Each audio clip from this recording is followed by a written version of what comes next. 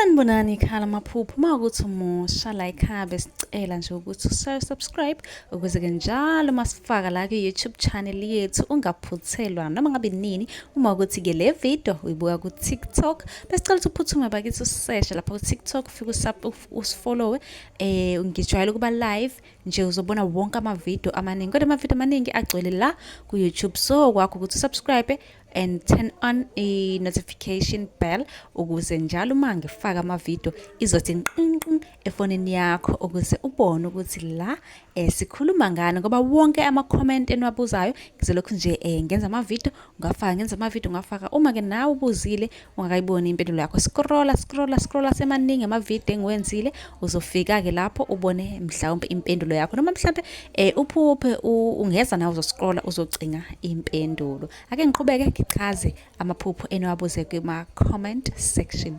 Khona obhalile wathi mina ke nginokuphupha ngikhuluma nefoni, okusho ukuthi yena ujwayele ukuphupha ekhuluma nomakhalekhukhwini kube ukuthi ukhuluma nomuntu omaziyo. Leli phupho ke libe ukuthi ngicela uqala usubscribe usifollowe yonke indawo ukuze ungaphuthelwa yikho konke engisazokhuluma ngalo.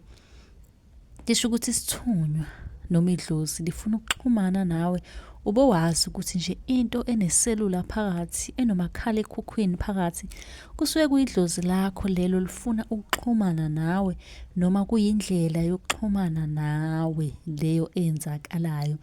Futhi wanakusisa amaphupha kanjalo asuke nje ebika umyalezo. Uma ukuthi ke nawe nombuzo ungabuza kwi-comment section ukuze uzothola impendulo yakho ngokuphazima kweso. Ungakhohlwa ke ukusubscribe ukuze ke njalo uma ngichaza uzothola impendulo yakho ngokushesha. Nisale kahle.